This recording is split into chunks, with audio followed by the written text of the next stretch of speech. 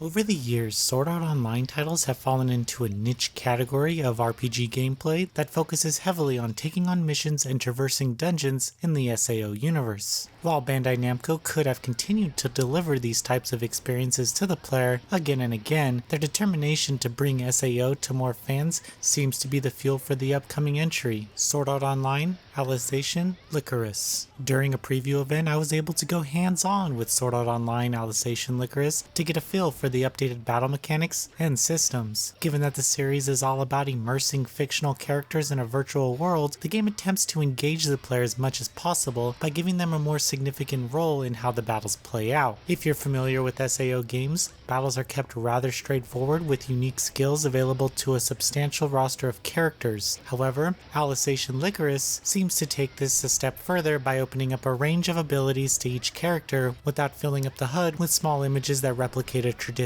MMORPG. This newly cleaned up screen space makes battles more action-oriented as it puts a focus on the fight at hand, which is crucial for executing dodges and counterattacks. To double down on the immersive nature of the game, players now need to charge specific attacks and spells before execution. With the press of the R2 button, players access a Sacred Arts ring where they'll be able to choose a magical ability. This will begin a charge of the ability, and by pressing R2 again, they'll unleash the art. This charge mechanic for skills gives battles a layer of strategy that the series hasn't seen before. In older titles, you might have figured that buffing characters before significant fights is enough to get through most of them, but that just doesn't fly here. Depending on the character, players have access to weapons and combat skills, tied to R1 plus a face or directional button respectively. Aside from simple melee attacks, weapon skills can be used to break enemy guards or launch staggered opponents. Understanding what the skills do is necessary to get out of most encounters. The game takes full advantage of every button on the controller, but does have multiple layers of customization to fit your playstyle.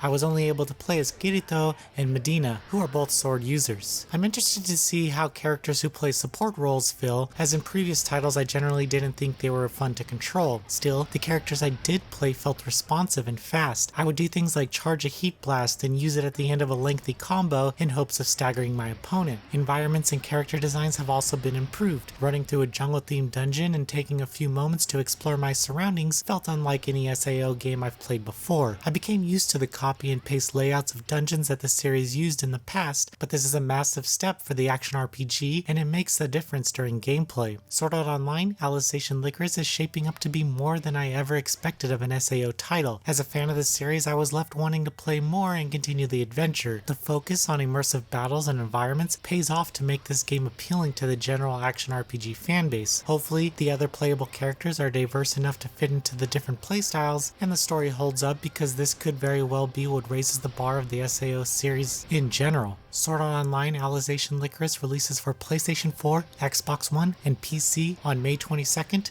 2020. やはり剣で聞くしかないようですね。いいでしょう。それがお前たちの望みならば。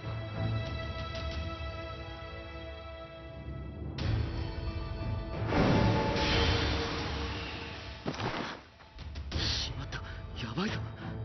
あの剣まさかもう完全支配状態なのか。